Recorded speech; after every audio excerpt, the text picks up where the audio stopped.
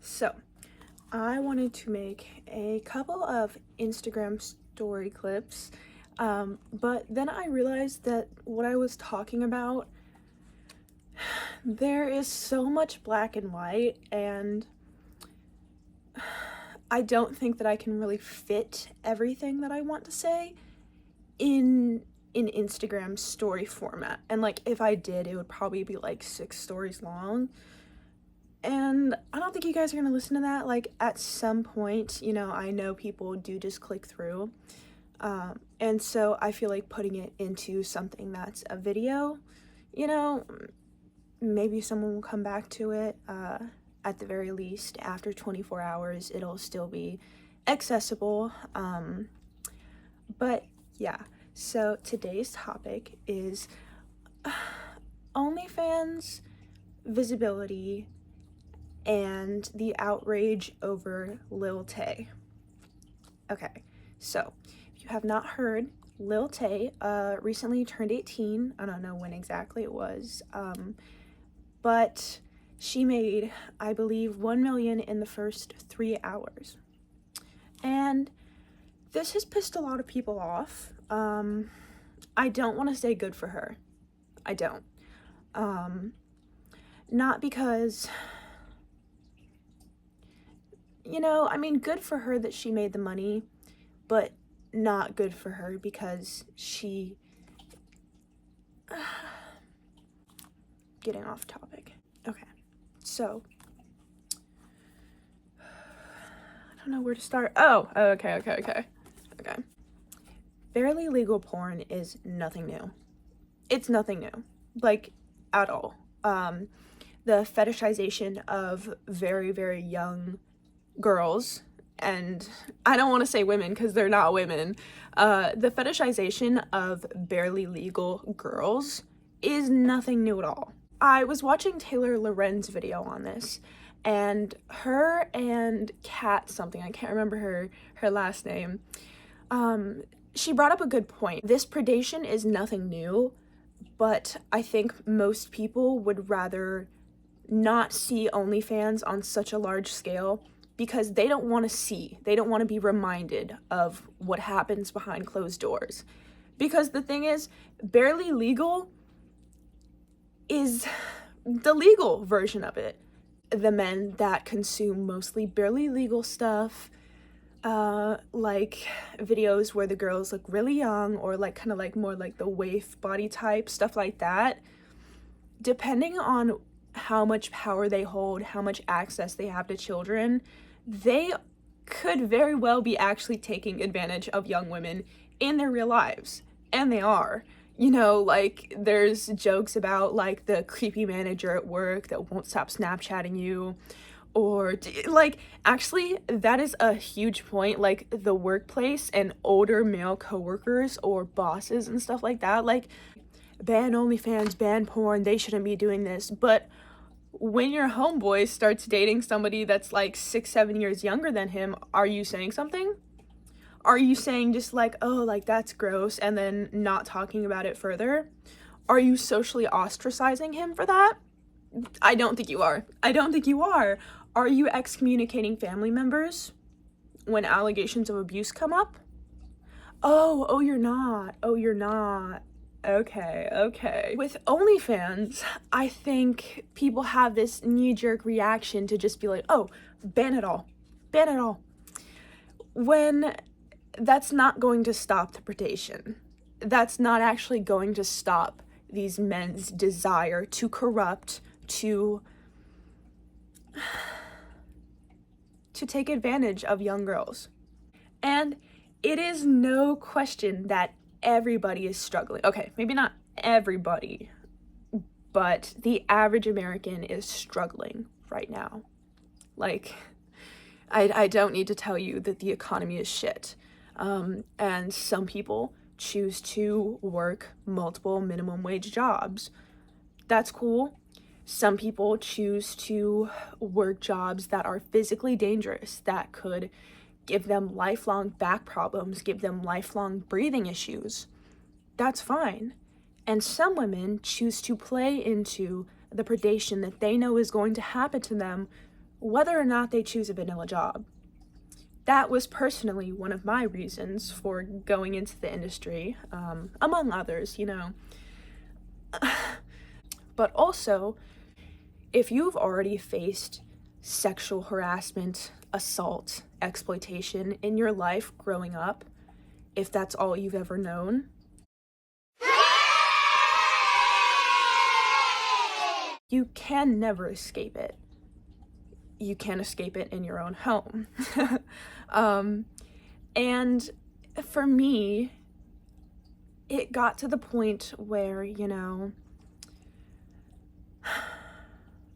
I have to balance certain things. I have to make money.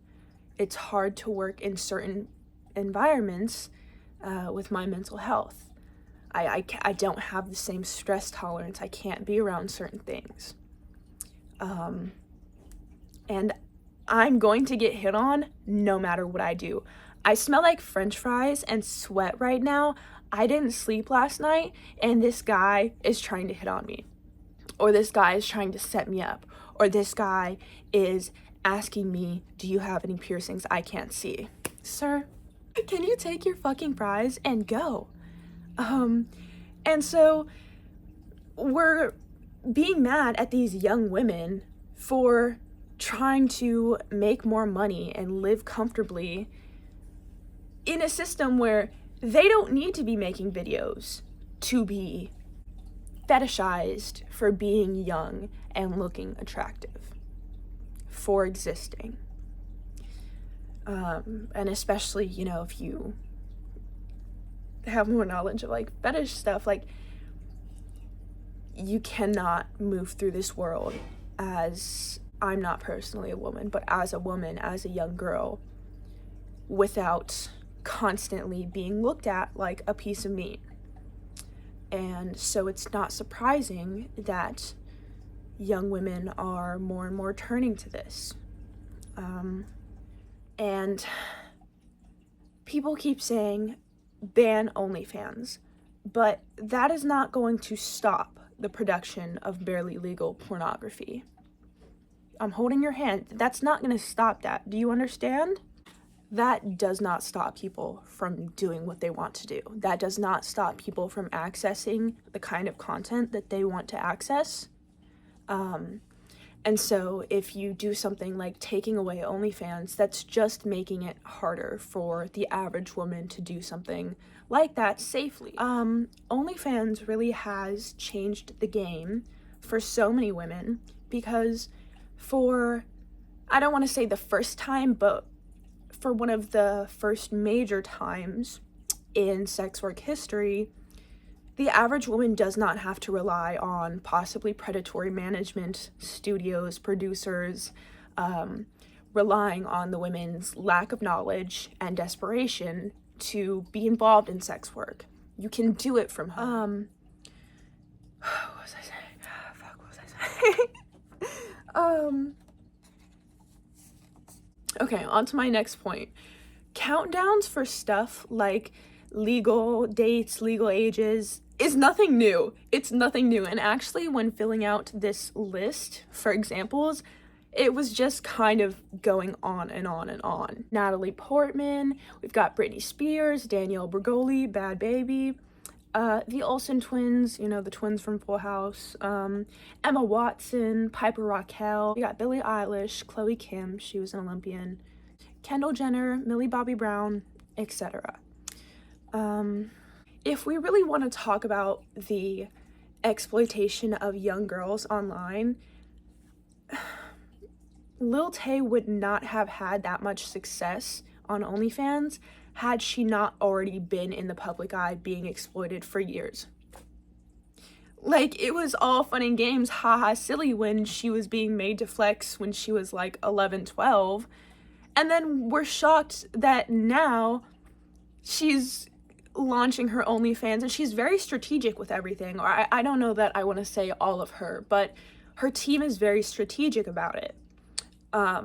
Controversy is what's kept her in like the spotlight, and it works. It's the same thing with like Bonnie Blue, the godforsaken Bob House, Camilla, all them, like, they know that the controversy works, and nothing exists in a vacuum. There is no supply without demand.